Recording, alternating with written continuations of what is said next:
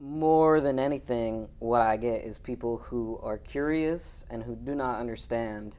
Um, and I live out in the Bay Area now, which is queer mecca, right? Yes. So most of the people that I hang out with have more than one trans friend, which is not the case in a lot of places. Um, it is kind of why I went out there. But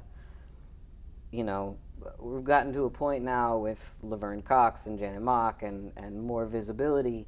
People are getting binary trans folks like, okay, you were put in the wrong body, right? The wrong body narrative. And I'm still sort of a big question mark for people. Like, so were you born? What are you again?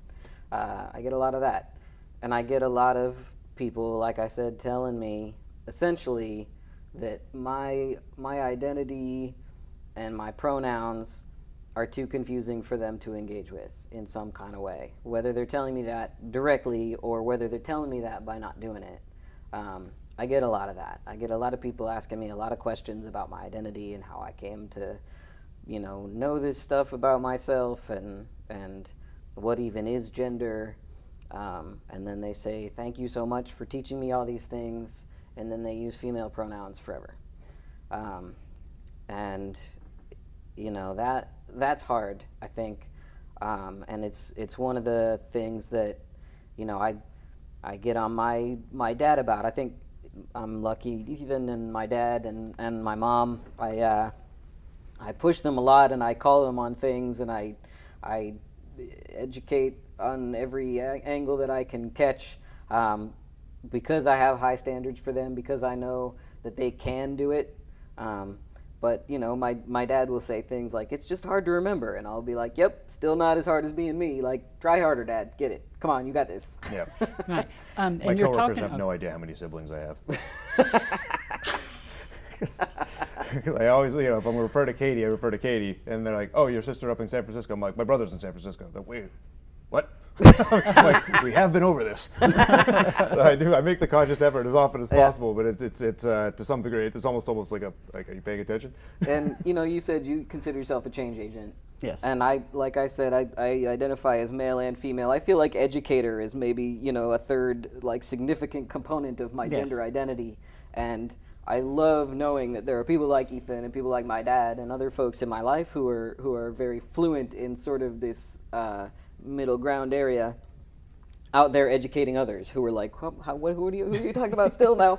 Did we switch siblings? What are you talking about? And then it goes into the, all right, I'm going to do my best. Non-binary, you with me? Yeah. I'm still here. You're getting Nope. glossy eyes. Okay. no glossy Roll eyes, it back. no. We're gonna go farther back. Yeah. So, I mean, in a way, what you're doing with your family and being this change agent, you're wanting to take, not to, like you're in the Bay Area. Mm-hmm. I moved to Massachusetts for safety. Yeah. You moved to the Bay Area to be around people, a larger number. For me, I moved to Massachusetts for that same reason.